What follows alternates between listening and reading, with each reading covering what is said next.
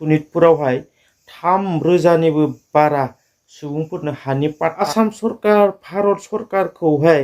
जि दफाफोरखौ गोबांखौनो मावफुंनायनि थाखाय thanks giving होबायबा थरनानि मा बाथ्रा थाइबावगोन नङा होमबा रायजोफोर मुफिननि मा बाथ्रा थाइबावगोन आच्चा रायजोफोर गासैखौबो गोसो गोरबोनिफ्राय अननाय आरो खुलुमनाय बावहरग्रोनानै दिनै नोंथांमोननो लागै मोनसे इम्पर्टेन्ट टपिकनि सायावहाय भिडिअखौ लाबोनाय जादों रायजोफोर नोंथांमोना उइदाउट स्किपफुल जोबजासिम जुदि नायजोबोब्ला नोंथांमोना बुजि मोनगोन आरो जुदि आद्रा खेद्रान नोंथांमोना नायनानै स्किप खालामनानै थाङोबा जेबो बुजिनाय नङा अके रायजोफोर बिनिफ्राय गिबियावनो जायफ्रा गोदानै फैदों नोंथांमोनखौबो गासैखौबो बरायग्रोनाय जाबाय बेनिफ्राय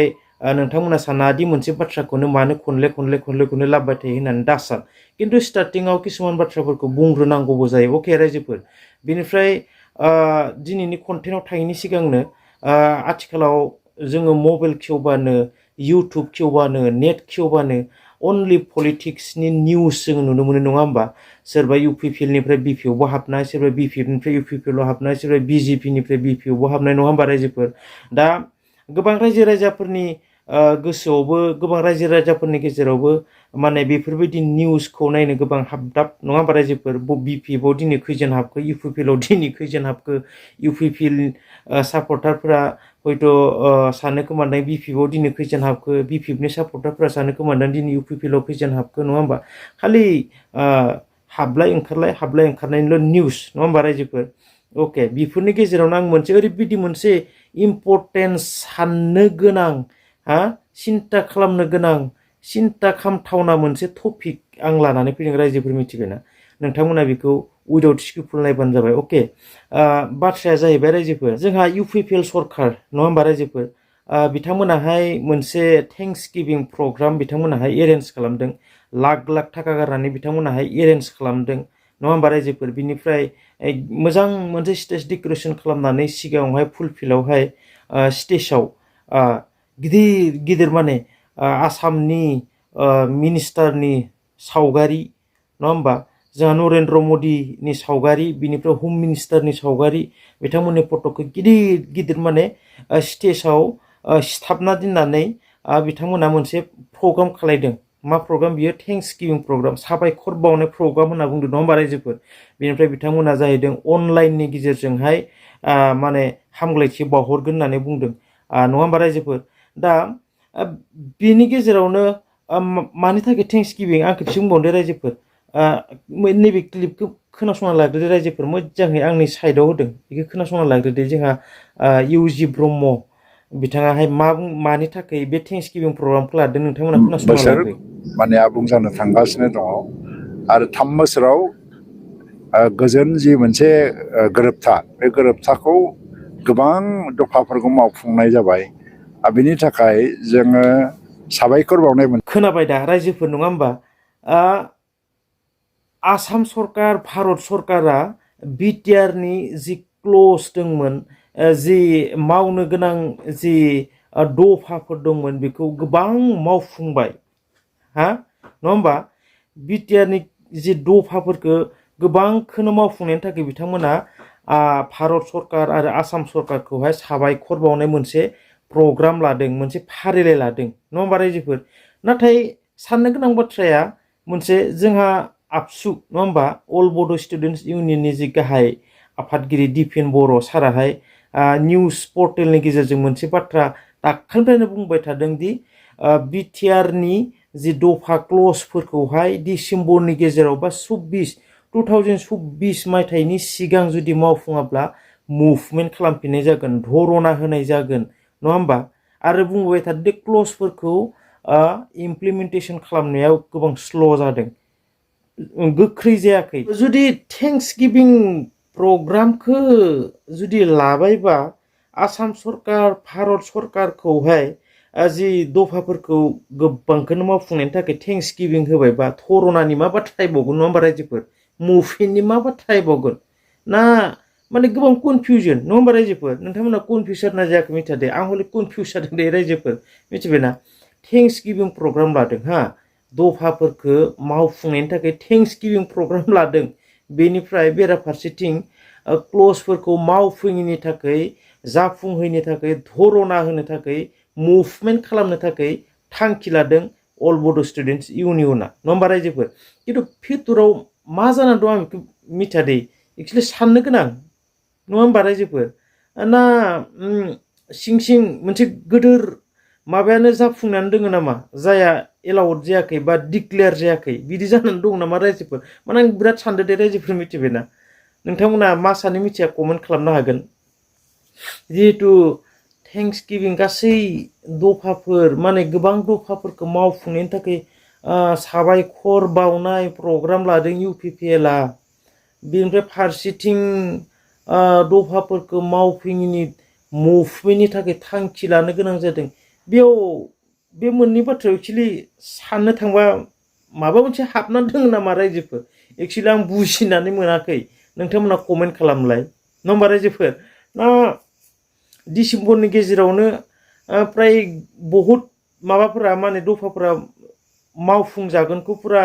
खामानिफोरा अके जानानै थाजोबखाबाय नामा रायजोफोर बेनिखायनो थेंक्स गिभिं प्रग्रामखौ लानो हादों आं बिदिबो सानदों दे रायजोफोर बिराद कनफिउस नोंथांमोना कमेन्ट खालाम खिन्थु थांखिया मा मातलाबा मा बेखौथ' जों गामिनि जाम्बा जाम्बि नालाय जोङो जेबो बुजि मोना नङा होमबा रायजोफोर बेलेग मोनसे पारपसावबो बेलेग मोनसे थांखि लानानैबो बेलेग मोनसे कारनावबो खालामनो हागौ नङा होमबा थांखिया एसे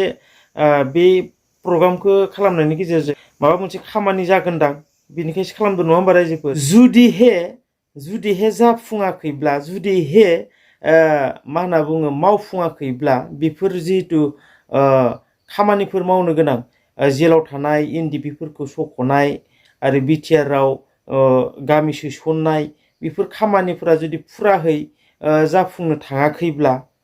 जायाखैब्ला ओरैनो जुदि थेंक्स गिभिं प्रग्राम लानाय आंनि मथेबा मिनिंलेस होननानै आं सानो आरो रायजोफोर नोंथांमोना मा सानो आं मिथिया जिहेतु दा थेंक्स गिभिं प्रग्राम लादों नालाय बेनिफ्राय बिनि गेजेराव माबाफोर बिनि आन्दोआव बेखेवना होयो बुंफुरना होयो माबाफोर साक्सेस जानानै दोनखोमायो नामा रायजोफोर आं नैबेखौ सिन्था खालामदो दै जायनि जाहोनाव दिपिन बर' साराहाय बुंबाय थादों 26नि सिगां जाफुङाब्ला मुभमेन्ट खालामफिनगोन होननानै दा बिनि गेजेराव बे बावैसो समावनो माबाफोर गेदेर माने दफायानो जाफुंबाय नामा नङा होमबा रायजोफोर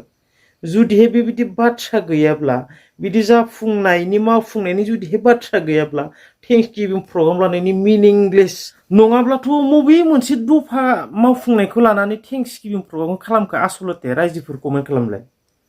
जोंहा इउजि ब्रह्म बिथां गेदेमाया बुंदों गोबां दफाफोरानो मावफुंजाबाय बेनिखाय साबायखर बावनायनि फारिलाइ लादों होननानै बुंदों बबे मोनसे जाफुंनायखौ लानानै बिथांमोना थेंक्स गिभिं साबायखर बावनाय प्रग्रामखौ खालामदों नङा होमबा बिनि आन्दोआव माबाफोर दोंथारो नामा एक्सुवेलि बुंफ्रुना होयो आं बेखौ सिन्था खालामदों आरोना रायजोफोर जुदि जेबो गैया आन्दोआव जेबो गैया नङा होमबा बे प्रग्रामखौ खालामनाया टटेलि मिनिंलेस होननानै आं सानो रायजोफोरा मा सानो कमेन्ट खालामलाय रायजोफोर ना दाखालि बावै डिक्लेयार खालामना होनाय 41 भिलेजेसफोरा इनक्लुड जानायनि थाखायनो ना बे मोनसेखौल' लानानै ना आरोबाव माबाफोर गोदोर बुंफ्रुना होयो दंबावो आसलते आं सानबाय थादों रायजोफोर मिथिबायना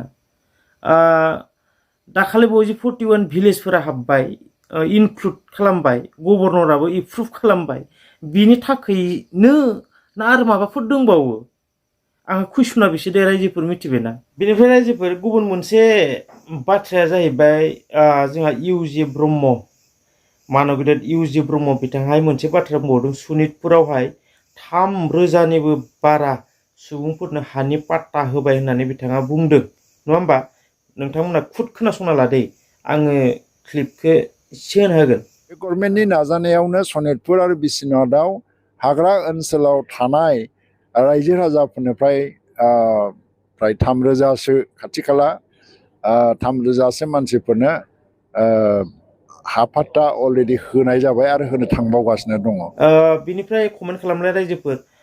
खोनानो मोन्दों गफुरथिं सानैसोआ मोनबाय होननानै खोनानो मोन्दों बिनिफ्राय बै ढेकियाजुलियाव सानैसोआ मोनबाय होननानै खोनानो मोन्दों ढेकियाजुलियाव बेसेबाङा मोनखो कमेन्ट खालामलाय ढेकियाजुलिनि भिउवारफोर दंबा नायदोंबोला बेसेबांसो मानसिफोरा हानि पाट्टा मोनखो बिनिफ्राय गफुरनि सोरबाफोर नायदोंबाबो कमेन्ट खालामलाय प्लिज रायजो राजाफोर नोंथांमोननि गेजेराव बेसेबाङा हानि पाट्टा मोनखो जाय इउजि ब्रह्म साराहाय बुंदों 3,000निबो बारा मानसिफोरा हानि पाट्टा मोनबाय बिटिआर सरकारनि गेजेरजों इउपिपिएल सरकारनि गेजेरजों होननानै बुंदों नङा होमबा रायजोफोर आच्छा रायजोफोर सम आरो बोथोरा जोंखौ फोरमायलांसिगोन मिथिहोसिगोन नङा होमबा हसायैनो माबाफोर साक्सेस जानायनि लामायाव थांदों ना बे फारिलाइ लानाया ओरैनो दिन्थिफ्लानाय ना मानाय बेखौ जोङो मोनथिलांगोन नङा होमबा रायजोफोर जोङो नेनानै थानि जिहेतु डिसेम्बर दाननि गेजेराव जाफुङाब्ला मफिननि बाथ्रा जोंहा गेदेमाफोरा बुंगासिनो दङ बोरै जालाङो बबेनि दैया बबेथिं बोहैलाङो जोङो नेनानै थाबाय थानि नङा होमबा रायजोफोर स' आं भिडिअखौ बेसेबांखिनिखौनो दोनथ'बाय रायजोफोर आरो माबाफोर जुदि मोजां निउसफोर फैयोबा आपडेट लाबावगोन रायजोफोर थेंक इउ स' माच जोबजासिम नायनायनि थाखाय